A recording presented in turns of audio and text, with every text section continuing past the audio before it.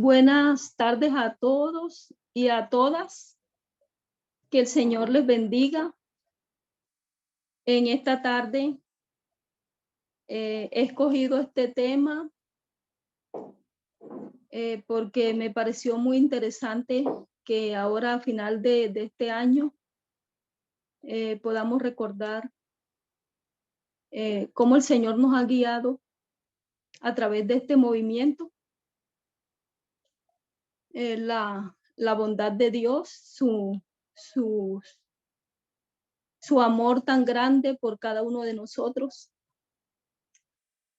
Y quiero pedirles que también que durante el desarrollo de este tema, si ustedes tienen algo también que aportar,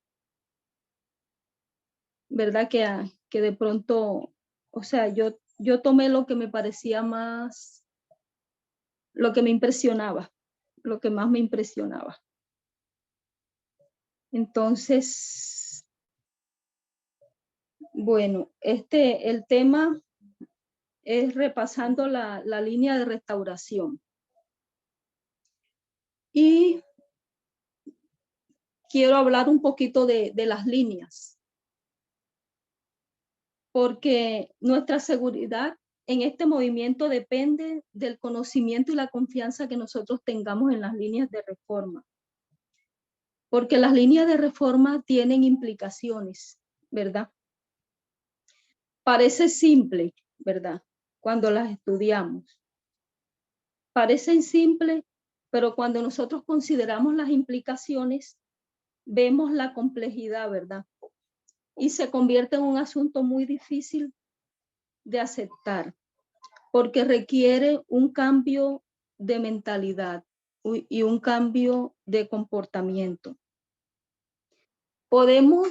Nosotros podemos separarnos del movimiento si nosotros no comprendemos las líneas de reforma y si no tenemos confianza en las líneas de reforma y en cómo el Señor nos está guiando a través de los ancianos, ¿verdad?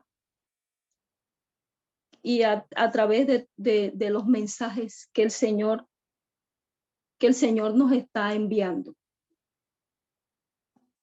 Entonces, si nosotros vamos a repasar un poquito el modelo de la agricultura, ¿verdad?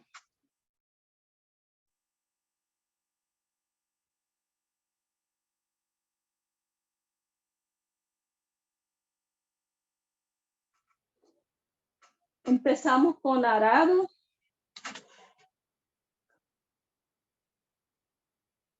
lluvia temprana, lluvia tardía y cosecha, ¿verdad? Este modelo de la agricultura es tomado de la Biblia y del espíritu de profecía. Y nosotros nos damos cuenta que en cada dispensación hay un patrón que se repite, un patrón repetitivo, que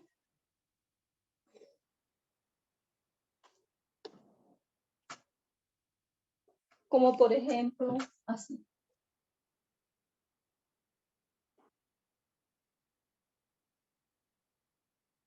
Cuando llega un mensaje, ¿verdad? Un mensaje de sello.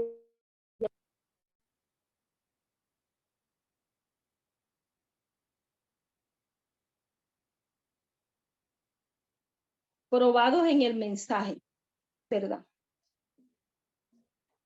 ¿Cómo somos probados? Cuando se requiere de nosotros que tengamos un cambio de mentalidad y de comportamiento. Otro punto que quiero tratar es rápidamente es la enseñanza por parábola.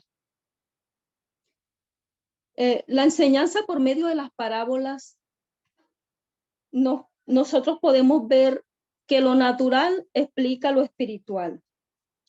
Vemos que hay, por ejemplo, si hay dos cosas diferentes, ¿verdad?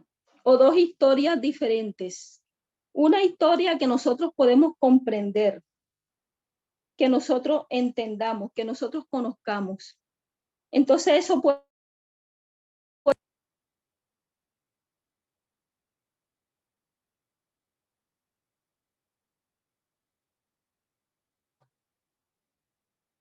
Nosotros tenemos, hay información oculta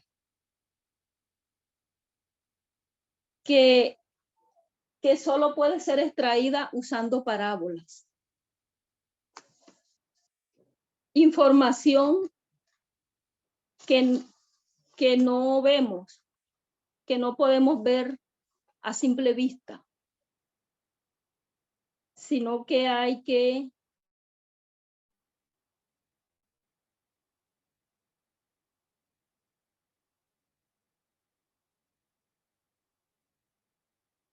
ir contrastando, ¿verdad? Repitiendo y ampliando. Entonces nosotros tenemos 6.000 años de historia en esta línea de Edén a Edén. Tenemos 6.000 años, ¿verdad? Entonces, en estos 6.000 años, nosotros podemos identificar dos periodos dispensacionales: el Israel antiguo y el Israel moderno.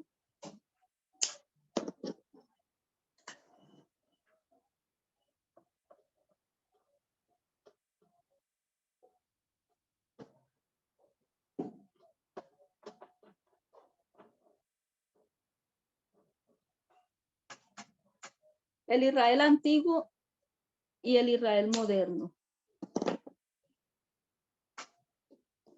Entonces, la dispensación judía y la dispensación del adventismo. Entonces, Dios llama a dos grupos de personas para hacer una obra específica.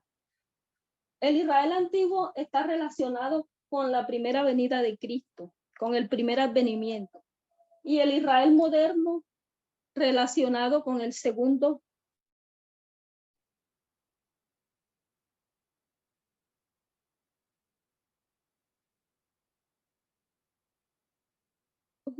Por parábola, recordamos que lo natural explica lo espiritual, de lo visible a lo oculto, a lo que no podemos ver.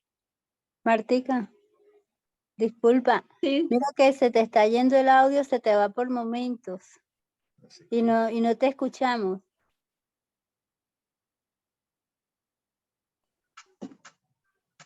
¿Será que el problema es aquí el internet mío? Sí. Entonces tienes que como repetir, no sé. Exactamente. Bueno. Ajá. Ajá.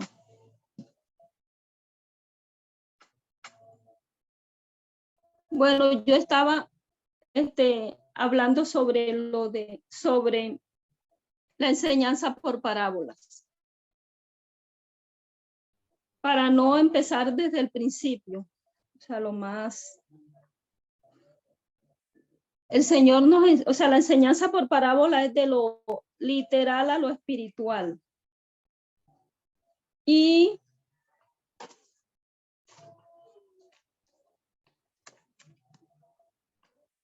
bueno, estaba hablando del Israel antiguo y del Israel moderno, de dos historias, una que conocemos y una que no conocemos.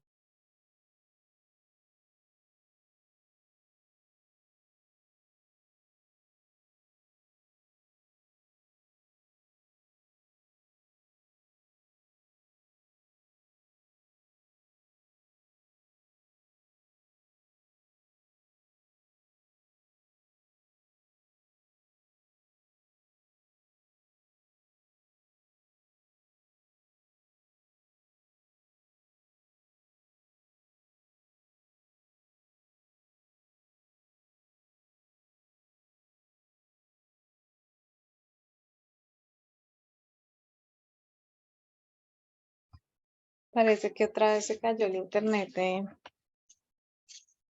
Martica.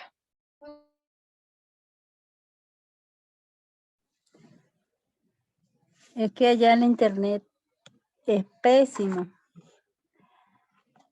Porque allá es satelital. ¿Y será que por Meet no será mejor? Meet, sí se dice No, así. pero es el internet. Digo yo. Lo que pasa Sí, es es el que internet, no es. Lo que pasa es que Meet sí tiene como menos, no exige tanta, no sé cómo se llamará eso, o sea, no exige tanta calidad de red, es ¿Cobertura? más fácil, sí, es más fácil. Espérenme a ver si me logro comunicar con ella, a ver qué hacemos.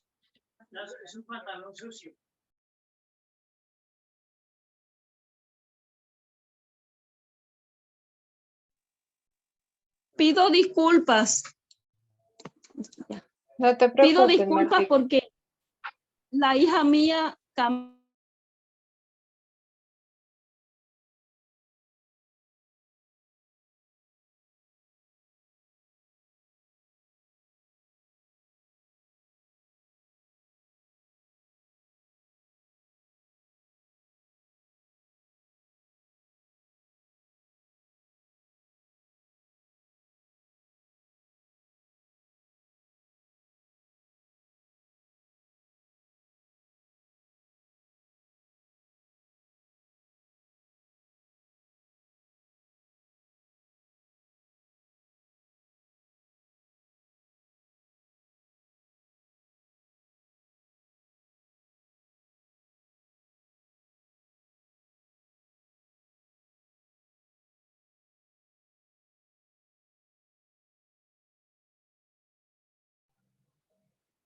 entonces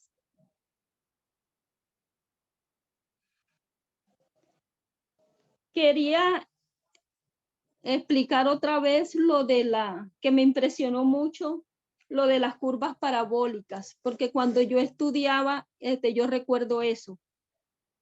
Y bueno, o sea, y recordando de que lo espiritual, lo natural explica lo espiritual, ¿verdad? Entonces, o sea, el mundo natural explica lo espiritual. De lo visible, de lo que podemos ver a lo oculto. Y en las curvas parabólicas nos enseñan que al final es lo mismo que al principio.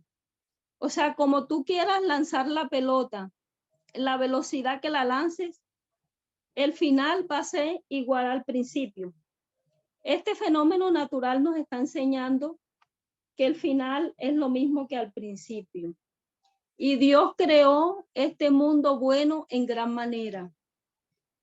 Y después del gran conflicto, todo volverá a ser bueno. En el Edén, al principio había igualdad. Entonces sabemos que al final también habrá igualdad.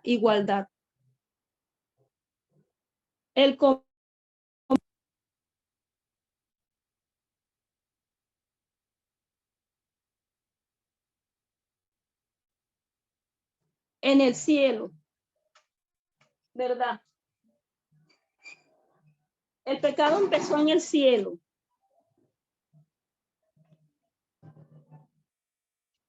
Porque toda esta línea es una línea de progresión. Y esta línea nos va a llevar, o sea, toda esta historia es la vuelta al cielo, la redención, para volver otra vez al cielo. Entonces aquí podemos ver un quiasma. Tenemos el cielo al principio y tenemos el cielo al final. Comienzo del pecado en el cielo.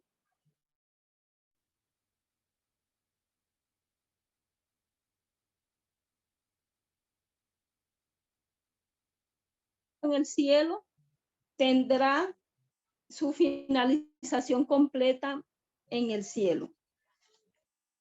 Porque Sara, Abraham, David, todas estas personas, estos redimidos, ¿verdad? Personas que se van a salvar ellos van a ir al cielo con todos sus errores. Ellos van a ir con los errores que tenían por la dispensación esta que estaban viviendo, ¿verdad? Pero ellos a través de la comunicación serán corregidos. Entonces, esa es la obra que van a hacer los 144,000, ¿verdad? Esa es la obra que van a hacer en el cielo. Porque Abraham entrará en el cielo en la misma condición en la que murió. Y todos sabemos que Abraham era esclavista. Y Abraham no vio la esclavitud como la vio Elena.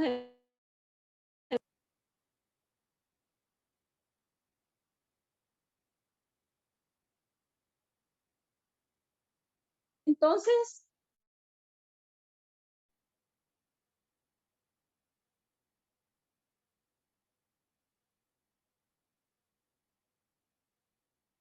a partir del tiempo del fin, 1700,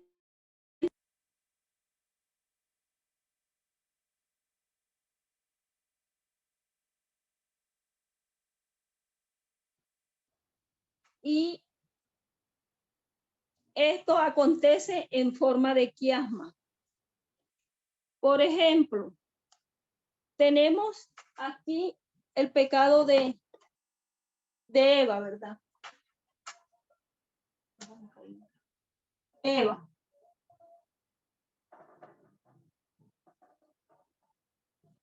Tenemos el pecado de Eva, Caín y Can, ¿verdad? Género, adoración y raza.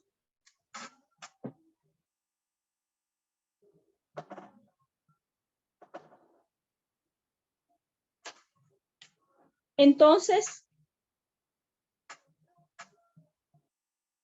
Dios, bueno, ahora les voy a hacer una pregunta. ¿Por qué Dios no pudo revertir el pecado aquí en esta dispensación, por acá? ¿Por qué Dios no pudo revertir el pecado ahí? En este tiempo, o en el tiempo de Cristo. Yo creo que si él hubiese intervenido así de fuerte, la gente no hubiese estado preparada. Literalmente estaban cerrados a pensar en algo diferente. Creo que no habría sido efectivo. Hoy en día ya hemos pasado por varios procesos y la gente está como que más abierta, pero en ese tiempo, en el tiempo de Abraham, estaba muy cerrado, igual que en el tiempo de Moisés. Muy bien. Sí, gracias, César. En ese tiempo a Dios le tocó muy difícil y Dios le tocó esperar un desarrollo externo, ¿verdad? Él le tocó esperar la escritura, ¿verdad? Le tocó esperar un desarrollo externo para poder comunicar su voluntad a la humanidad. Y la humanidad, como siglos de error, ¿verdad? Todavía no estaban maduros, no estaban preparados, ¿verdad? Porque a Dios le ha tocado muy difícil, ¿verdad? Y le ha tocado ir por pasos. Entonces, Dios lidió con el racismo en 1798, que aparece en la esclavitud en el contexto de la Guerra Civil Americana. Después tuvo que lidiar con la adoración en 1888. Y en 1989 que es nuestro tiempo con el género.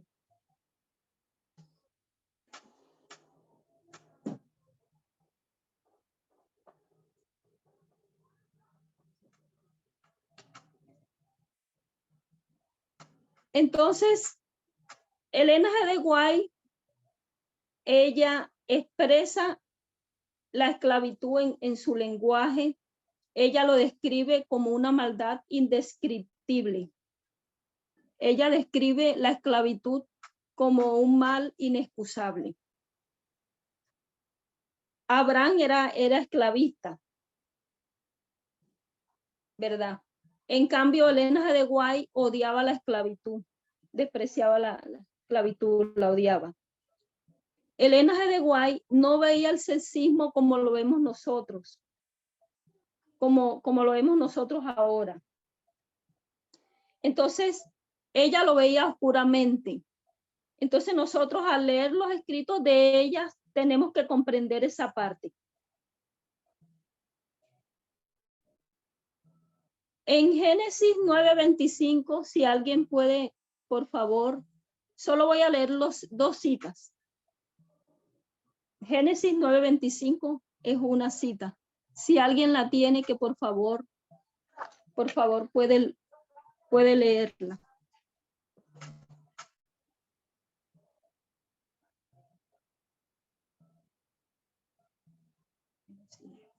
¿Sí me están escuchando? Sí, Martica, la estamos buscando.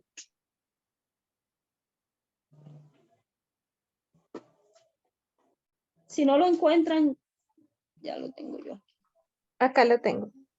Dice Bueno. 9:25. Y dijo, maldito Sí. sea Canaán, siervo de siervos, será a sus hermanos. Muy bien. La palabra siervo aquí en este versículo se refiere a esclavitud.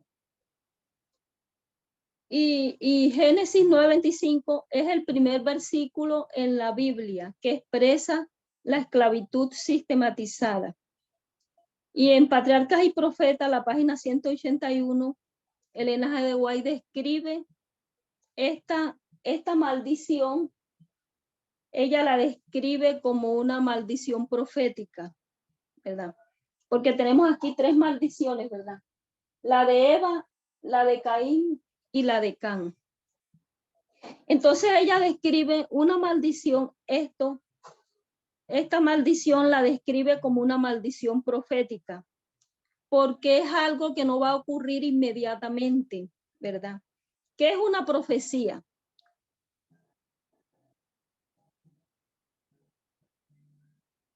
Una profecía es la descripción de eventos futuros. Es algo que va a ocurrir en el futuro, ¿verdad? Ella tiene otra cita que ella dice, todo el sistema de la esclavitud fue originado por Satanás. Entonces, si ella dijo esto con la raza, nosotros también podemos decirlo con el género, ¿verdad? Sabemos que Can no fue esclavo realmente, ¿verdad? Eso sucedió generaciones después. Elena G. White dice que la posteridad de Canaán bajó hasta las formas más degradantes del paganismo, hasta que ellos se convirtieron en esclavos de sus hermanos. Adán y Eva, nosotros no hay evidencia de cómo Adán trataba a Eva, pero la maldición de Eva también fue una maldición profética. Fue algo que no ocurrió ahí mismo. Fue algo que ocurrió después. Entonces, se sabe esto porque para poder comprender género, tenemos que alinearlo con raza. Porque el racismo es la llave para abrir el género. Y una maldición profética era para el futuro, no era algo que iba a ocurrir ahí inmediatamente. No, esa maldición profética no era la voluntad de Dios. Era algo que iba a acontecer inevitablemente por causa del pecado. Hay personas que dicen, o sea, que hacen creer como que si Dios está con una lupa ya mirando si uno comete un pecado para darle un castigo, ¿verdad? Pero Dios, o sea, esta maldición profética, esta consecuencia no fue voluntad de Dios. Esto fue un resultado inevitable por causa del pecado. Y Elena G. de White veía, ella pintaba el patriarcado en la mejor faceta. Ella decía que el patriarcado hubiese sido una bendición. Hubiese sido una bendición para ellos, ¿verdad? Pero el abuso por parte del hombre de la supremacía que se le había otorgado ha hecho que la suerte de la mujer sea muy amarga y ha convertido su vida en una carga. Aquí ella quiere decir que el patriarcado hubiese sido bueno, ¿verdad? Ella lo presenta ahí en la mejor faceta. Ella lo suaviza, ¿verdad? Porque ella no ve el sexismo como lo vemos nosotros, ella lo veía oscuramente, ¿verdad? Ella lo veía empañado, oscuramente. Nosotros sabemos ahora que el patriarcado es un sistema abusivo y opresor, originado por Satanás. Nosotros ahora podemos ver el sexismo claramente. Podemos erradicarlo de nuestras vidas completamente, por precepto y por ejemplo. Entonces tenemos aquí 3 maldiciones.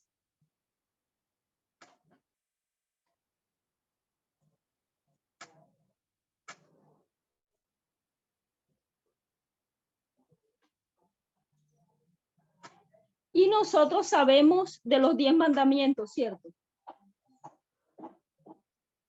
Los 10 mandamientos, ¿cuántos mandamientos se refieren a nuestra relación con Dios?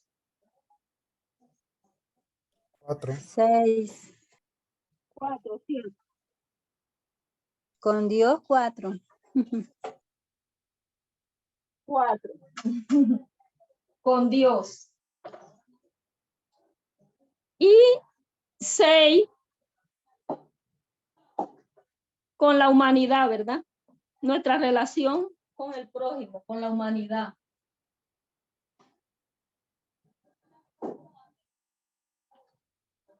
Entonces,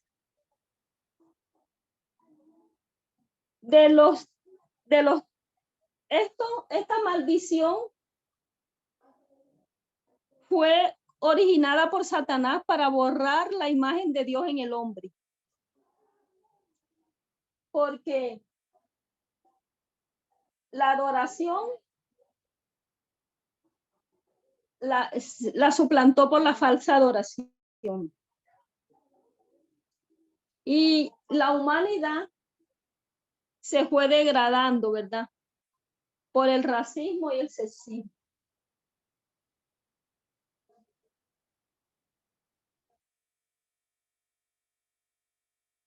Entonces, estas 3 maldiciones fueron la consecuencia es borrar la imagen de Dios en el hombre. Entonces, después de eso, nosotros encontramos la primera historia de reforma, que fue la de Moisés.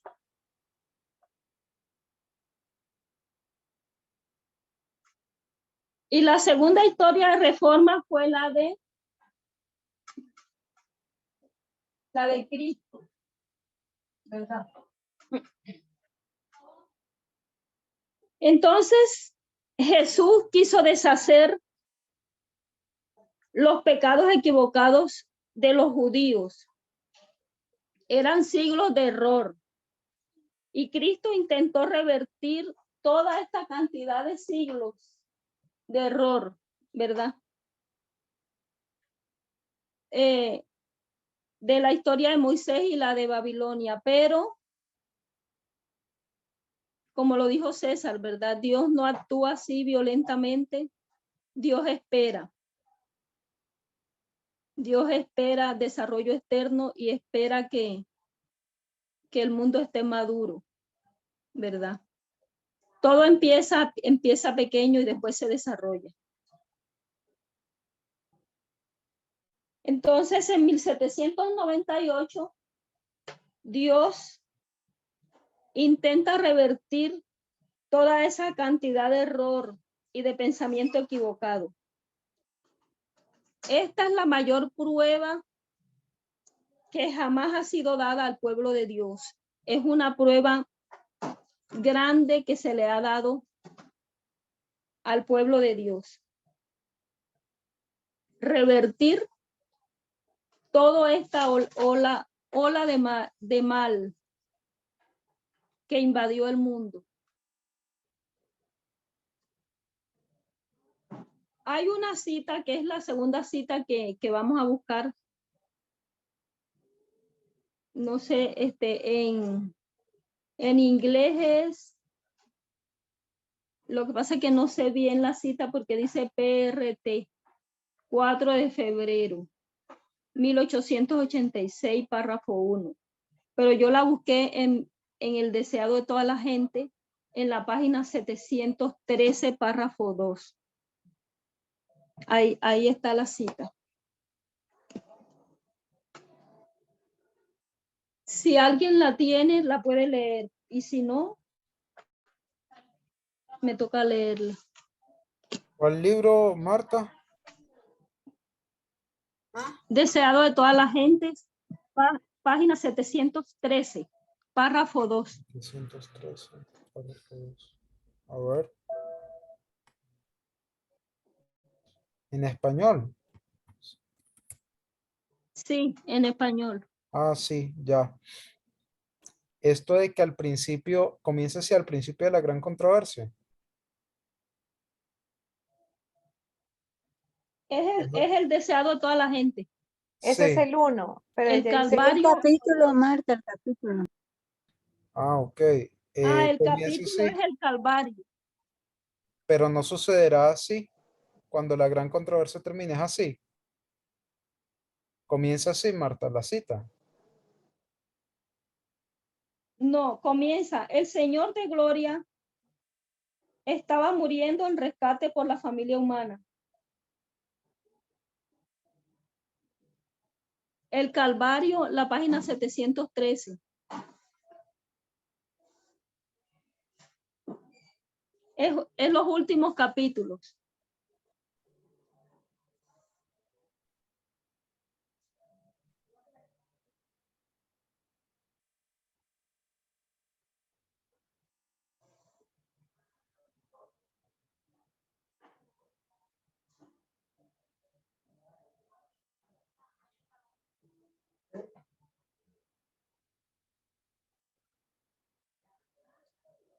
¿La encontraste, César?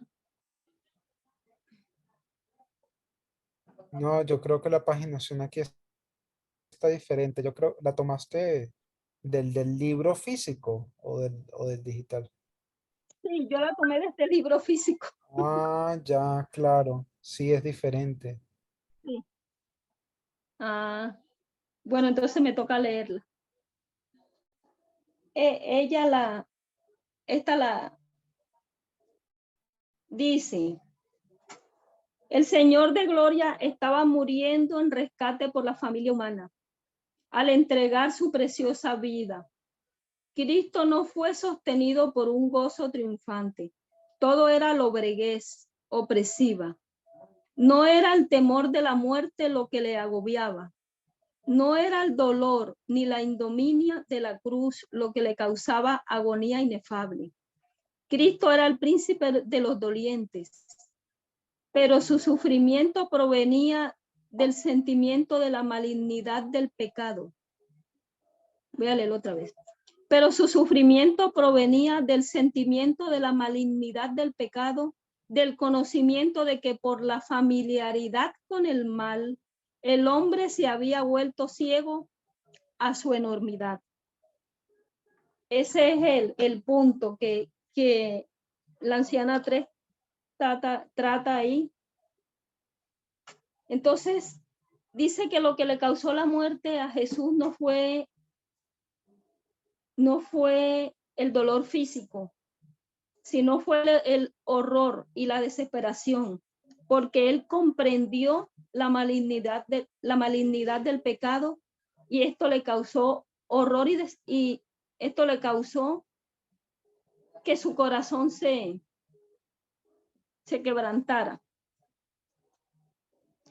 Él comprendió que su familiaridad, que el hombre se había familiarizado tanto con el pecado que no podía ver la enormidad del mal, que el pecado estaba muy arraigado en el corazón humano y era muy difícil de erradicar. Y él vio también la culpabilidad del pecado atrayendo la ira de Dios sobre él como sustituto del hombre, como sustituto de la humanidad. Y esto fue lo que le rompió el corazón al Hijo de Dios. Entonces, se nos insta a que debemos revisar lo que Cristo odió, lo que mató a Cristo, ¿verdad? Lo que Cristo odió, para nosotros odiarlo también. En otra cita ella dice, las personas debieran haber sentido que fue el pecado de ellos que causó la agonía y que rompió el corazón de Cristo. Entonces, de estos tres pecados, racismo, adoración y sexismo, hay uno que está más arraigado, ¿verdad? Que uno que está más difícil, ¿verdad? Está más plantado ahí en el corazón humano, ¿cierto? Es el pecado del sexismo. Es el que está más arraigado ahí. Y la humanidad está tan familiarizada con el sexismo que este pecado también fue originado por Satanás. Y al Señor le toca difícil y a nosotros también, para quitarlo tanto de nuestras vidas como para ayudar a otros también. Entonces, en el mensaje de igualdad que el Señor nos ha mandado, nosotros podemos ver una historia de amor, ¿verdad? Podemos ver la historia de amor en la cruz, en el mensaje de igualdad que el Señor nos ha dado.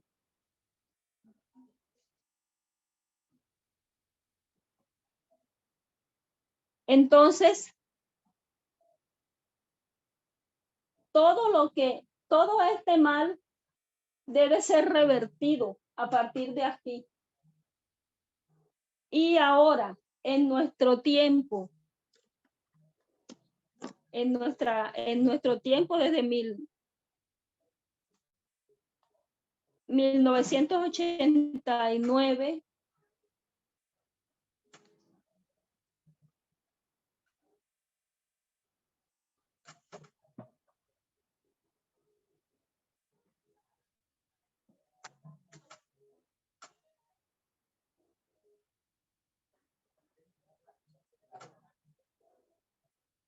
ley dominical, segunda venida.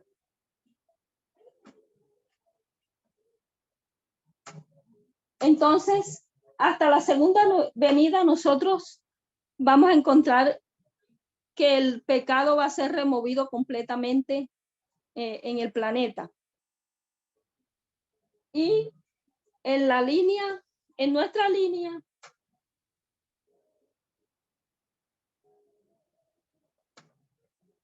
vamos a partir del 9-11 y 2019. 2019 es la cruz. 2021. Y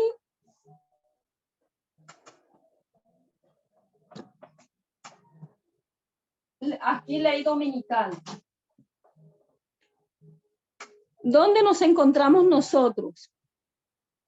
Este es 2021, es ley dominical. Nosotros nos encontramos aquí caminando hacia la ley dominical. Y en el 2018, ¿cuándo fue el clamor de medianoche?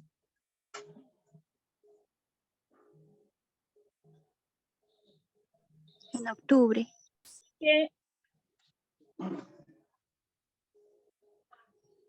¿Qué mensaje nos trajo el clamor de medianoche?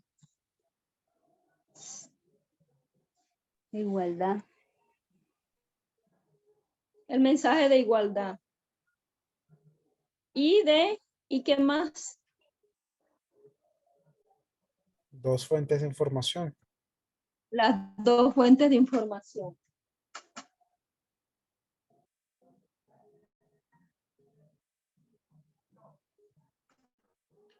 Y este mensaje es la luz que va a iluminar nuestros pies, ¿verdad? Para que no tropecemos, para que no caigamos en el mundo oscuro de abajo.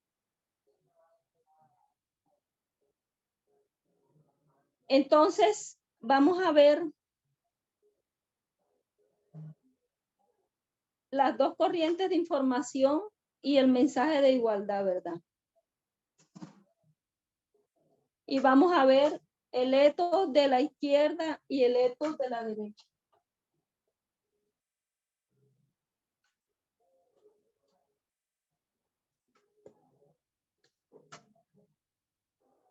Izquierda y derecha.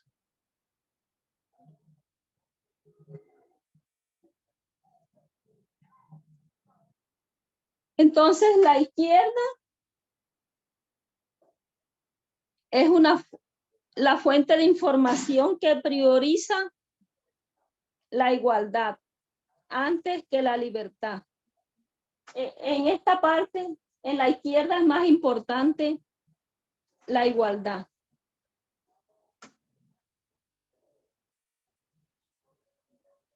Y en la derecha se prioriza la libertad.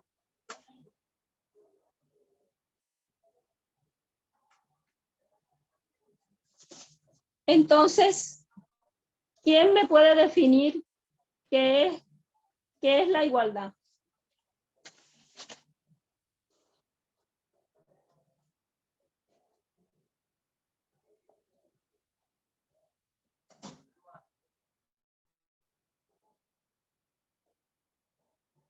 Si recuerdan. Es que para mí igualdad son muchas cosas. O sea, lo primero que a mí me viene a la mente es, en primer lugar, pues el cielo, ¿no? Se supone que es el cielo, pero al mismo tiempo son otras cosas. Por ejemplo, puede ser progresismo, ¿ya? Puede ser protección, puede ser, no sé, que sí, o sea, progresismo, protección, es que son varias cosas que tienen que ver con eso, con el progresismo. Muy bien, sí, tienes razón. ¿Y quién puede decir, quién puede dar otra definición? Bueno, pensando de que son esos derechos igualitarios para todos, para todas, ¿sí? Derecho igualitario, eso es igualdad, igualdad social, una igualdad en todos los ámbitos, en ámbito político, en el ámbito educativo, en el familiar, en el ámbito diario. Eso es igualdad, pues en la práctica. Muy bien, Sandra. Sí, yo creo que todos, desde la perspectiva que lo veamos, la igualdad es preferir a los demás, ¿verdad? O sea, desde la perspectiva, yo aquí lo definí así como aparece en los Vésperos. Igualdad se define como una situación en la que hombres y mujeres de diferentes razas, religiones, reciben un trato justo y tienen las mismas oportunidades. Y ahora definamos libertad. ¿Qué puede decir César de libertad? Yo creo que libertad tiene que ver con una situación en la que no hay ninguna ley, una situación en la que no hayan restricciones, una situación en donde el individuo esté por encima de lo colectivo. Por ejemplo, eso se dio mucho con lo del COVID. La gente agarraba y aquí se peleó mucho en Antioquia, bueno, en Medellín, pues. Aquí la gente no le gustaba ponerse la mascarilla y eran muy pocas personas, ¿no? Y ellos no entendían que el tema de la salud pública es mucho más importante que lo que es la incomodidad que tú puedas sentir en las orejas por tener una mascarilla, por ejemplo, ¿ya? Entonces, yo creo que eso es la libertad. La libertad es una situación en la que tú dices, bueno, yo soy yo y los demás pues que se frieguen, no me importa, ¿ya? Es una cosa en donde priva más lo individual a costa del bien común. Sí, sí, así es. Muy bien. Entonces, si la libertad es la condición o derecho de poder hacer, decir, pensar lo que se quiera, sin ser controlado o limitado. Sí, ahí está claramente, ¿verdad? Yo soy yo, hago lo que quiero sin restricciones, ¿verdad? Y sin importarme la vida o los derechos de los demás. Entonces, en el 2018, cuando se trajo este mensaje, antes de eso teníamos una mentalidad muy conservadora. Entonces pasamos de una mentalidad totalmente conservadora a una mentalidad socialmente liberal. Y muchos nos hicimos falsas expectativas acerca de la igualdad. Malinterpretamos el mensaje y hacíamos concesiones en lo que veíamos, en lo que tomábamos, en lo que comíamos, por ejemplo, en la dieta, las joyas, maquillaje, vestuario, el sábado, porque como tuvimos el entendimiento de que el mundo estaba siendo cultivado por Dios. Entonces, los netineos hacen todas estas cosas, ¿verdad? Pero los ancianos, ellos contrarrestaron este fenómeno que estaba sucediendo, esta falsa libertad, ¿verdad? Entonces ellos contrarrestaron y nos dijeron que nosotros somos los que tenemos que enseñar al mundo y no al revés, ¿verdad? Entonces, la igualdad significa gobierno grande y Estado grande. Ahora yo quiero que alguien me diga qué significa gobierno grande.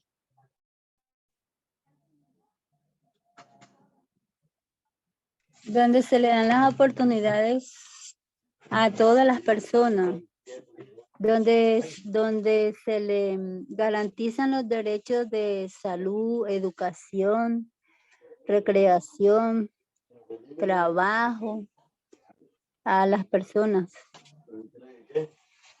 a la sociedad. Gracias, Lili. ¿Y tú qué puedes decir, César?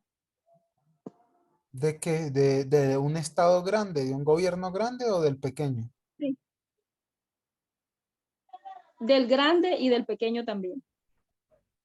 Pues yo creo que un gobierno grande se ocupa de proteger a la mayor cantidad de personas posibles y darle la mayor oportunidad en el acceso a las cosas. Y el gobierno pequeño tiene esa filosofía neoliberal, ya de que el Estado solo se ocupa de 4 cosas fundamentales, que son infraestructura, educación, milicia y, a ver, y salud. Esas únicas 4, infraestructura, educación, milicia y salud. Esa es la mentalidad de los neoliberales. Eso es un gobierno pequeño. Todo lo demás es como que si no le importa el gobierno. Gracias. Gracias, César. Bueno, ahora vamos a definir qué es etos. ¿Qué significa etos?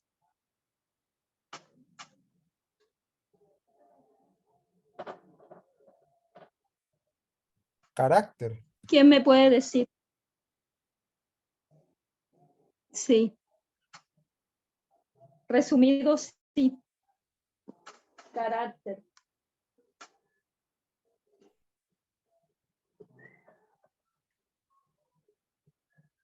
Bueno, aquí en el Vesper, la definición que aparece ahí. Principios generales del comportamiento de alguien. En resumen, el carácter.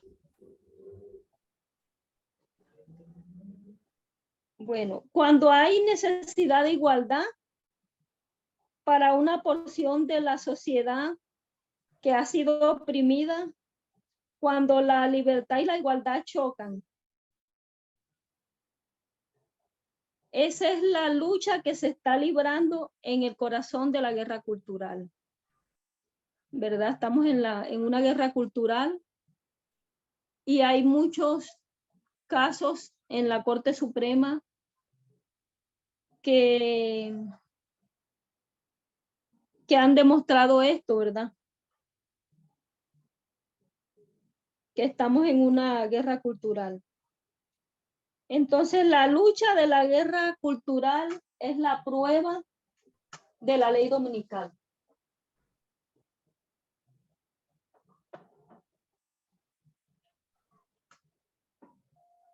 Es la lucha entre la libertad y la igualdad.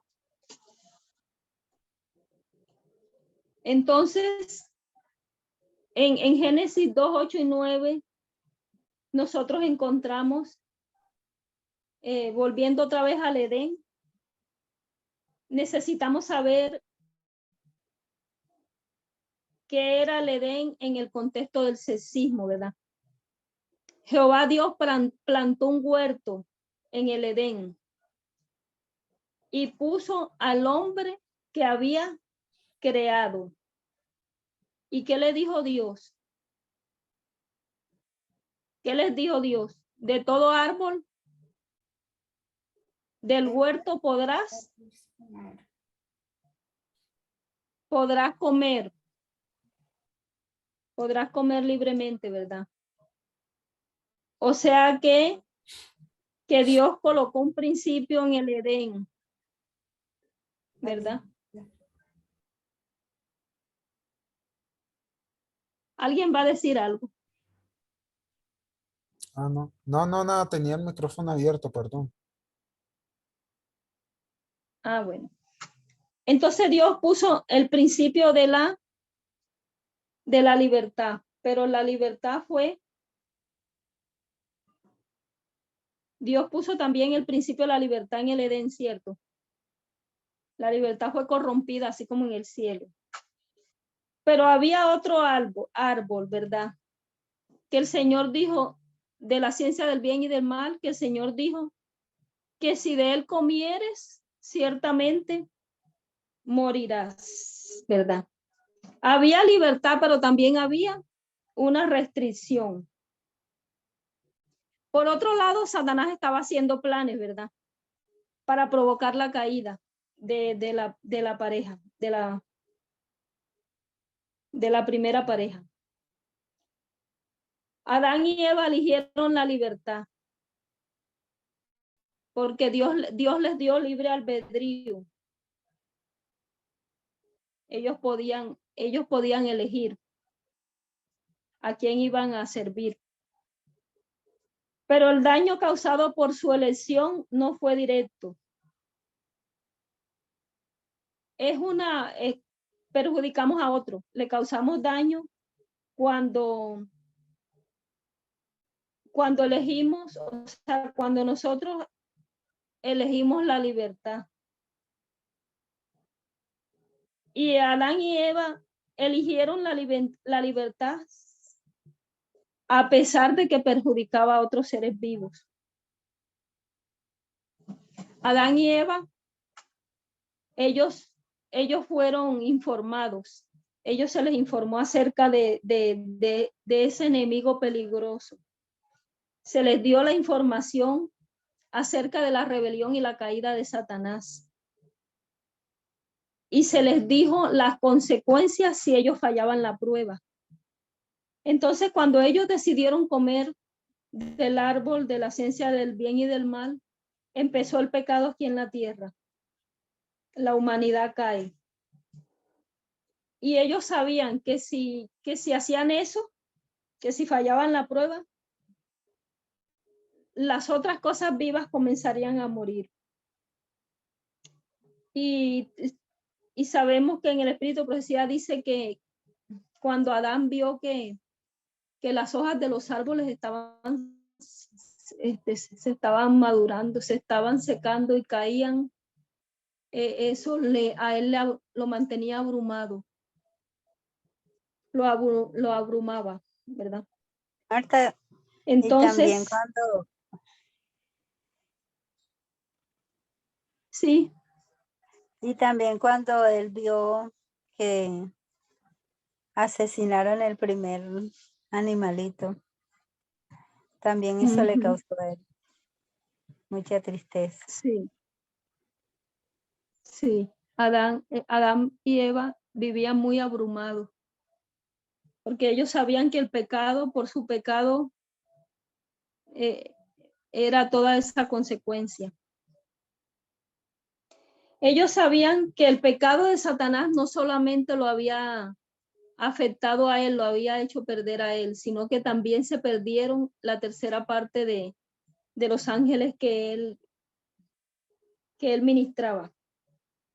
La tercera parte de los ángeles se perdieron también con él.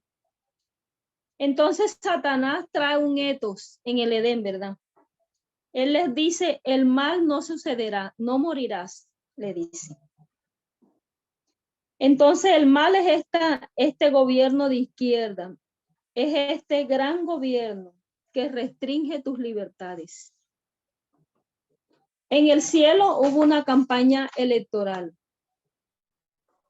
y Adán y Eva votaron por el gobierno de Satanás. Ellos eligieron la libertad antes que la igualdad, a pesar del mal que causaron indirectamente. Ellos eligieron lo que a ellos les pareció mejor y también reconocieron la ausencia de restricciones. O sea, tanto Adán, porque todo, o sea, se dice que fue Eva la que pecó primero y que Adán pecó por amor, pero Adán también tomó su decisión y también eligió lo que a él le pareció mejor. Entonces ellos eligieron el etos de la derecha. Con esto ellos eligieron un tipo diferente de gobierno, el gobierno de Satanás. Satanás les ofrecía libertad sin restricciones. Y miramos estos 6.000 años, ¿verdad? Del gobierno de este mundo, que Marta, se le da la, sí, una pequeña corrección. El anciano Parminder dijo en una de sus presentaciones que Adán no pecó por amor, él pecó por egoísmo. por egoísmo, sí, exactamente. Porque dicen así que Adán pecó por amor, pero no fue por amor. Fue por egoísmo, porque él tomó su propia decisión y él hizo, yo lo leí ahí en la inspiración, y dice que cuando ella pecó, él quedó como en shock, y él quedó así como, o sea, estaba abrumado, ahí estaba él tomando su decisión. Entonces, él eligió también, él hizo lo que mejor le pareció. Entonces, durante estos 6.000 años, el gobierno de este mundo le da la prioridad a la libertad de las personas antes que la igualdad. Y por eso es que nosotros vemos todas estas consecuencias de guerra, ¿verdad? Los abusos de las guerras, Primera Guerra y Segunda, y todas las guerras que han habido en este mundo. Y todo por el etos que eligieron, ¿verdad? Satanás ofrece la libertad. Y libertad sin restricción. Entonces, ellos eligieron el gobierno de Satanás y se vivió la consecuencia, ¿verdad? Entonces, la prueba de la ley dominical es la prueba del Edén.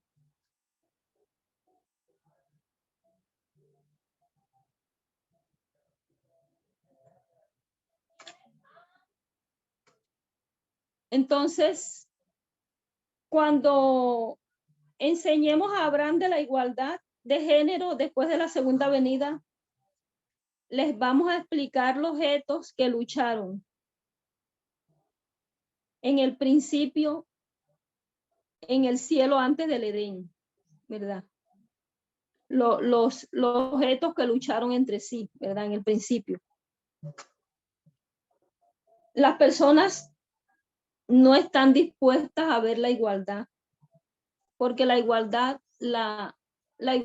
implica una cruz, ¿verdad? Eva también escuchó las dos fuentes de información. Y ella tuvo que elegir también en su libre albedrío. Entonces, que el Señor pueda restaurarnos completamente, que su Santo Espíritu pueda trabajar en cada uno de nosotros, que nos pueda ayudar a completar la obra de redención que debe ser hecha en cada uno de nosotros, y en todas las decisiones que tomemos con nuestro libre albedrío, nosotros tengamos en cuenta todo esto, ¿verdad? Tengamos en cuenta el amor y no dañar a los demás, que la redención pueda ser completa en cada uno de nosotros, y que estemos preparados para lo que viene, ¿verdad? Para la próxima dispensación, que nosotros podamos ir ahí con el mensaje, que no nos atrasemos. Que el Señor nos bendiga, que el Señor nos ayude, y gracias a todos los que participaron. Que el Señor les guarde. Gracias, Marta. Amén. Amén.